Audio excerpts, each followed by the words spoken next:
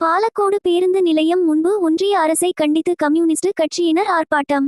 தர்மபுரி மாவட்டம் பாலக்கோடு பேருந்து நிலையம் முன்பு விலைவாசி உயர்வை கண்டித்து கோரிக்கைகளை வலியுறுத்தி ஒன்றிய அரசை கண்டித்து மார்க்சிஸ்ட் கம்யூனிஸ்ட் கட்சியின் சார்பில் ஆர்ப்பாட்டம் நடந்தது.